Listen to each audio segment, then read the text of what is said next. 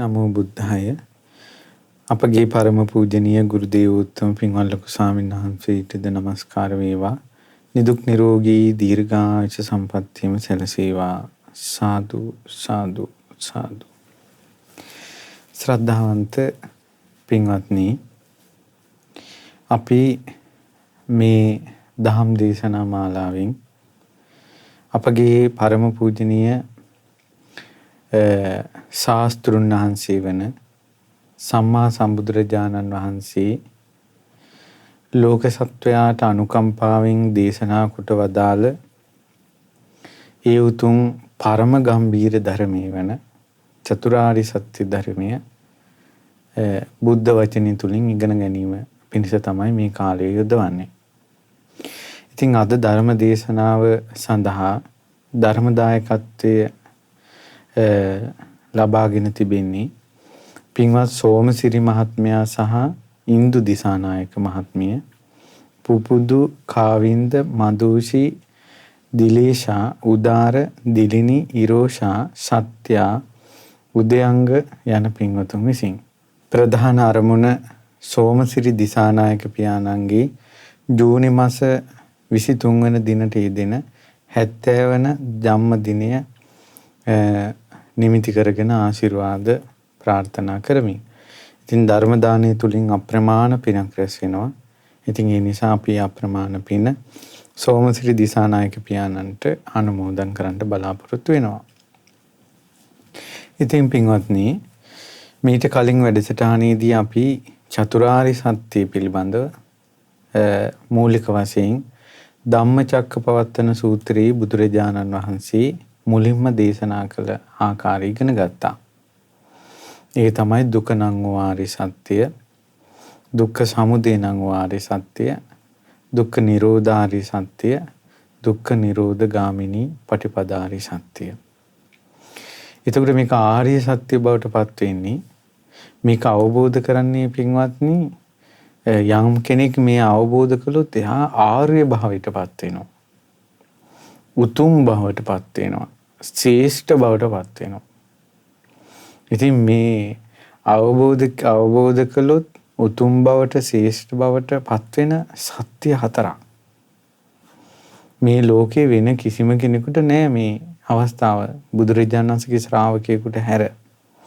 දැන් ඔබ හිතන්න, අපි මේ වචනයකින් හරි කතා කරන මේ චතුරාර්ය සත්‍ය මේ ලෝකේ මිනිසුන්ගෙන් කී දෙනාට දැනෙන්නේ කියලා හිතන්න. වැඩිම ජනගහනයක් ඉන්න චීනේ මිනිසුන්ට චතුරාර්ය සත්‍ය විස්තර විභාග වශයෙන් ඇහෙන්නේ. ඒ රටේ බුද්ධ ආගමක් තියෙනවා නම් තියෙන්නේත් මහායාන.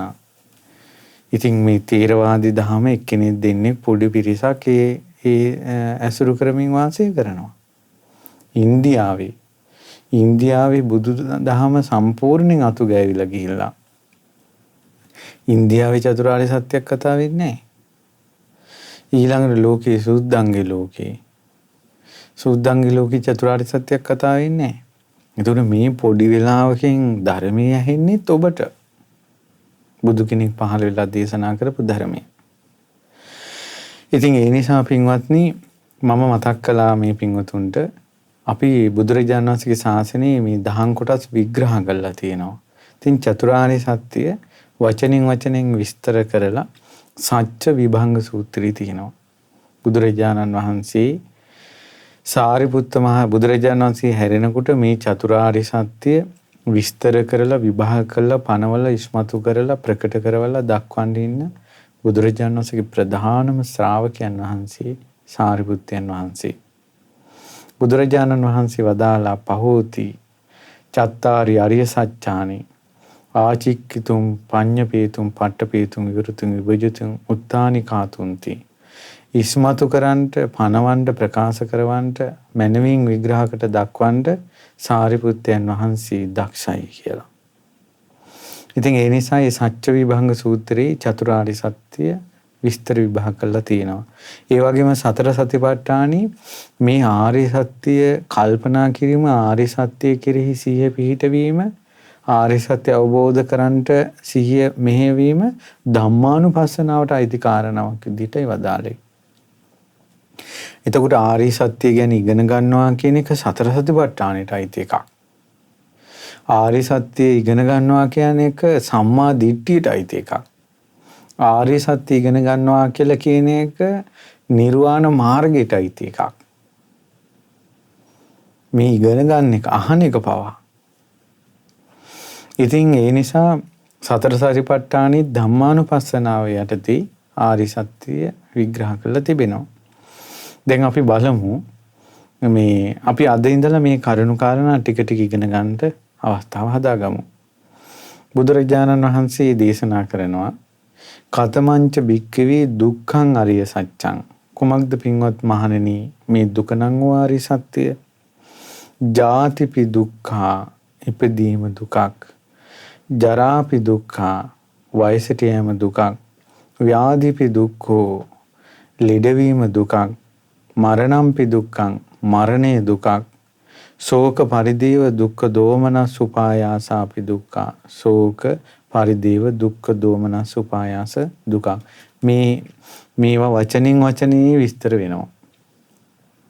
අප්පේ සම්පයෝගෝ දුක්ඛෝ පිහි විප්පයෝගෝ දුක්ඛෝ යම් පිච්ඡන් නලබති තම්පි දුක්ඛං සංකිතේන පංච උපාදානස්කන්ධා දුක්ඛා. අප්‍රියං සමග එකතු වීම ප්‍රියංගින් වෙන්වීම සමස්තයක් වශයෙන් ගත්තොත් සංකිතේන හකුළු වල ගත්තොත් සංක්ෂේපේ තමයි පංච උපාදානස්කන්ධේ දුකයි.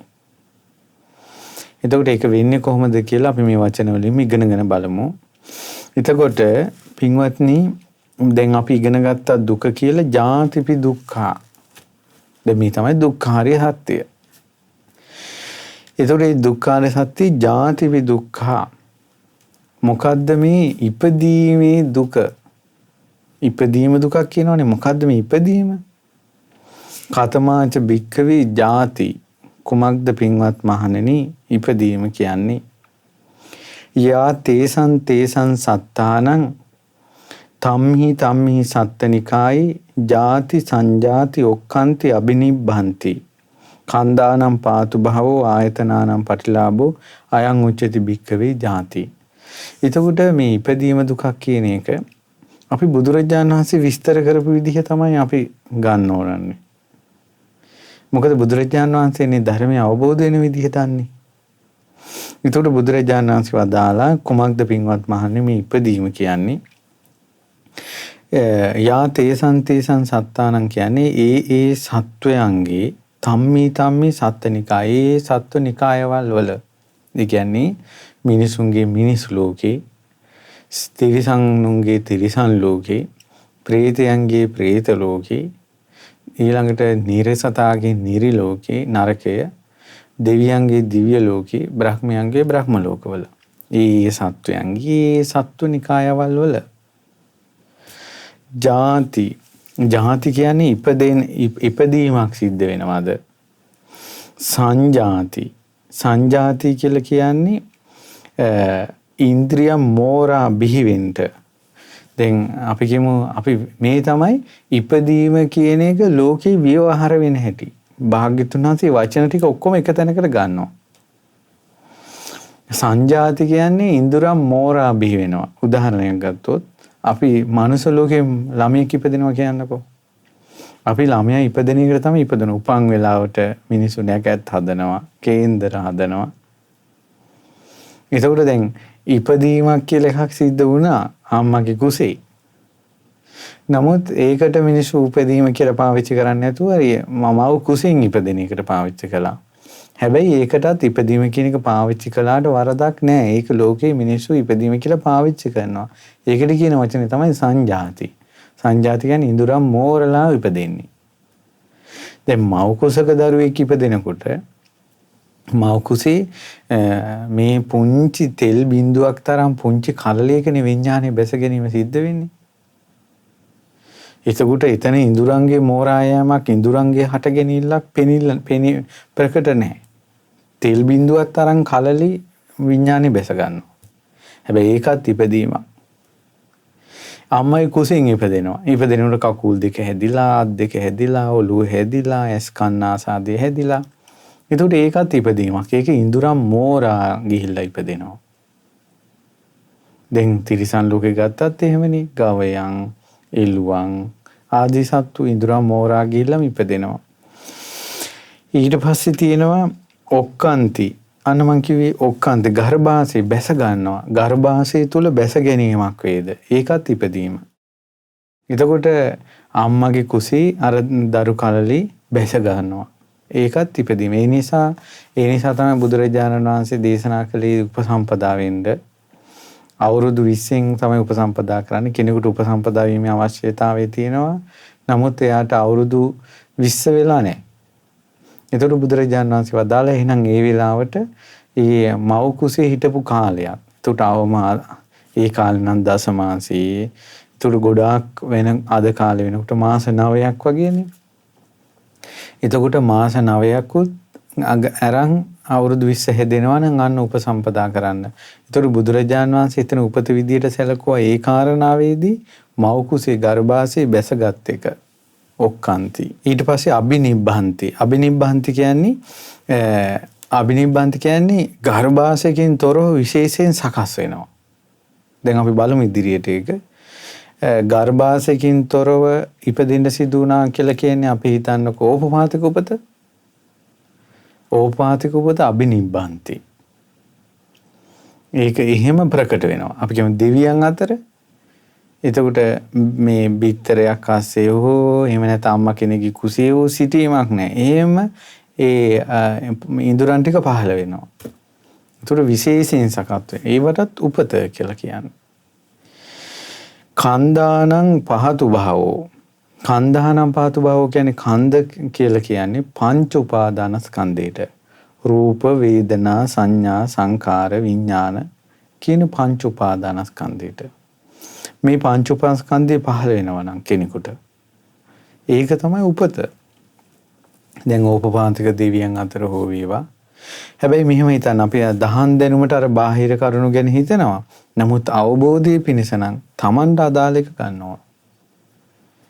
Tamanට අදාළ විදිහටම හිතන්න ඕන. එතකොට අපි මව් කුසේ බැසගත්තා, ඉඳුරම් මෝරලා ඉපදුණා. අපිට පංච උපාදානස්කන්ධය හටගත්තා. මේක තමයි අපේ උපත. ඊට පස්සේ තියෙනවා ආයතනානම් පටිලාභෝ. ආයතනානම් කියලා කිව්වේ ආයතන කිව්වේ ඇස, කන, නාසය, දිව, කය, මනස කියන ආයතන 6 හටගත්තා.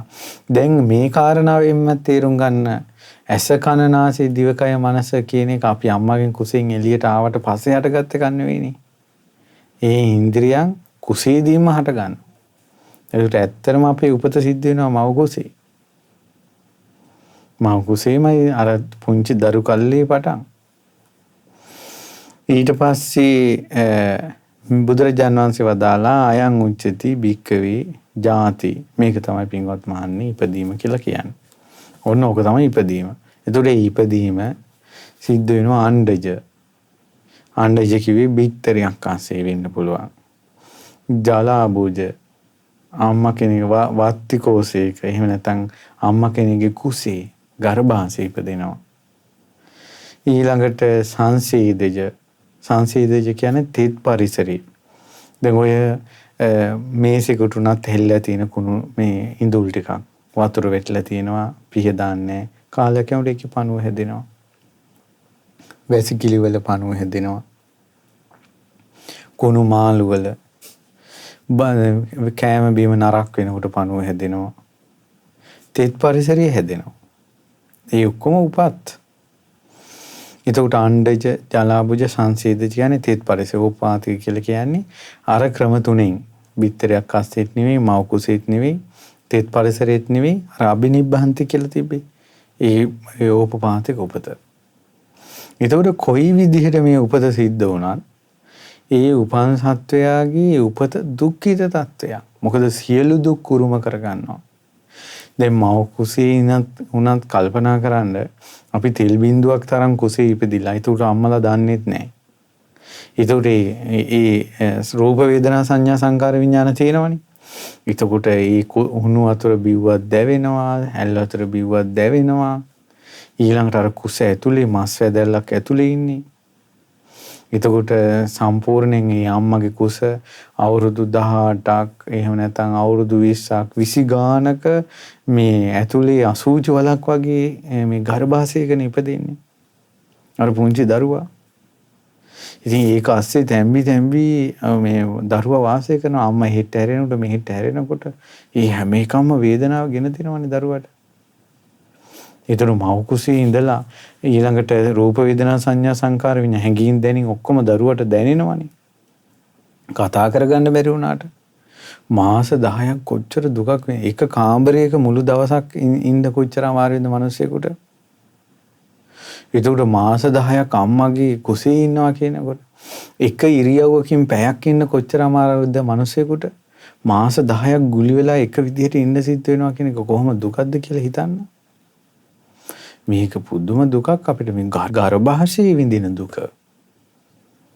ඊට පස්සේ ඒ ඇතුළේම තමයි ජරාව. ඒ අම්මගේ පෙකණි වලින් දරුවා යැපෙනවා.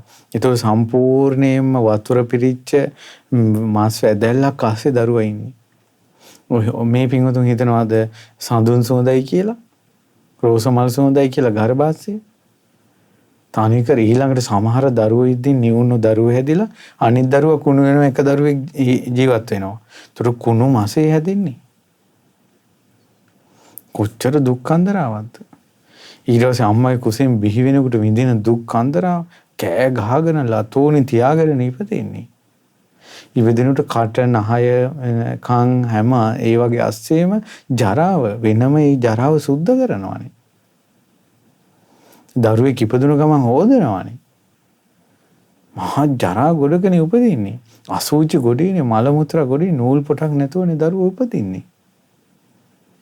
තමන්ගේ ජීවිතය දිහා බලන්න උපත.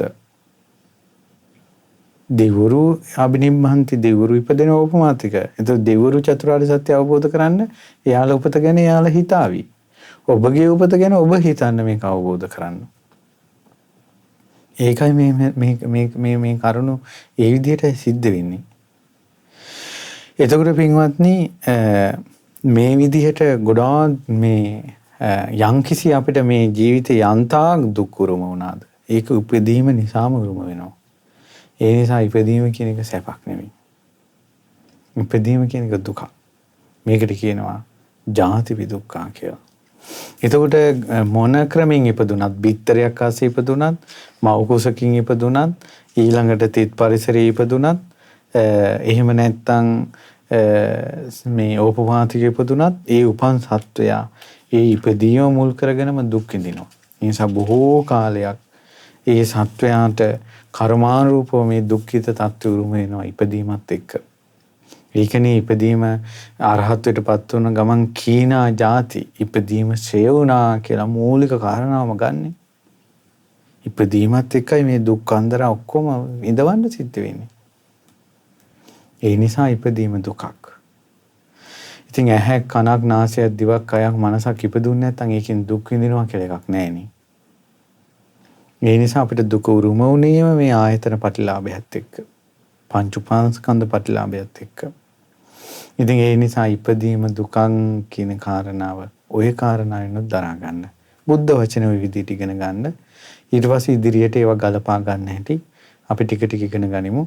ඒ තමයි පරම ආර්ය සත්‍යයක් විදිහට තියෙන චතුරාර්ය සත්‍ය දුක්ඛාර්ය සත්‍ය තුල ඉපදීම දුකක් කියන කාරණාව අපි අද ඉගෙන ගත්තේ. ඒ නිසා අපි කාටත් මේ දුක්ඛාර්ය සත්‍ය අවබෝධ වීම පිණිසම මේ පින් හේතු වාසනා වේවා කියලා අපි සිත ප්‍රාර්ථනා කරනවා. ඉතින් පින්වත්නි අද දවසේ පින්වත් සෝමසිරි මහත්මයා සහ ඉන්දු දිසානායක මහත්මිය මුල් වෙලා පවුලේ සියලු දෙනා මේ ධර්ම දානය සිද්ධ කරන්නේ. සියලු දෙවිවරු මේ පින් සතුටින් අනුමෝදන් වෙත්වා. ඒ වගේම මිය පරලෝකීය සුමතිපාල කුලතුංග ඒ වගේම ජී.එන්. අබේකෝන් නානාවති මණිකේ ඒ.එම්.එස්. අලහකෝන් ඒ වගේම ප්‍රේමරත්න ජයසේන විජේවර්ධන යන ඥාතීන්ටත් මේ පින් අනුමෝදන් වී පරලෝකෙ පීවේවා. ඒ වගේම පරම පූජනීය ගුරු දේවෝත්තම පින්වත් ලොකු ස්වාමීන් වහන්සේටත් ගරුතර මහා සංඝරත්නයටත් සිල් මෑණිවරුන්ටත් පැවිදි අපේක්ෂක දූපතුන්ටත් චතුරාර්ය සත්‍යම අවබෝධ වේවා. ඒ වගේම මේ සියලු පින් අනුමෝදන් වෙත්වා සෝමසිරි දිසානායක පියාණන්ට 23 වෙනි දිනට 70 වෙනි උපන්දිනයේ දෙනවා. ඉතින් එතුමාට නිදුක් නිරෝගී දීර්ඝායුෂ සම්පන්නියම ධර්මාභෝධියම සැලසේවා. ඒ වගේම මංගලිකා සෙනවිරත්න මෑණියන්ට නන්දාවති මෑණියන්ට ඒ වගේම පින්නපල ගුරු පියාණන්ට නිදුක් නිරෝගී සුවපත් භාවයේ සැලසේවා. පුපුදු කුලසිංහ සහ කාවින්ද විජේ බණ්ඩාර යන අයගේ දෙමව්පියන්ට මේ පින් බලෙන් ආශිර්වාද වේවා. ඒ වගේම ඉන්දු දිසානායක මෑණියන්ට පුපුදු කාවින්ද මදෝසි දිලේෂා උදාර දිලිනි ඉරෝෂා සත්‍යා උදයන්ග යන සියලු දෙනාට මේ පින් අනුමෝදන් වෙත්වා. ඒ වගේම ශ්‍රද්ධා රූප වාහිනියෙන් ලක්විරු ගුවන් විදුලියෙන් ධර්මයේ ශ්‍රවණය කරන සියලු දෙනාට ඔබ අපි කාටත් මේ පින් බලෙන් උතුම් චතුරාර්ය සත්‍ය ධර්මයේම අවබෝධ වේවා. තිරුවන් සරණයි. නමෝ බුද්ධාය. මෙවැනි වටිනා ධර්මදේශනා නැරඹීමට ශ්‍රද්ධා YouTube චැනලය සබස්ක්‍රයිබ් කර සීනුව ලකුණ ඔබන්න.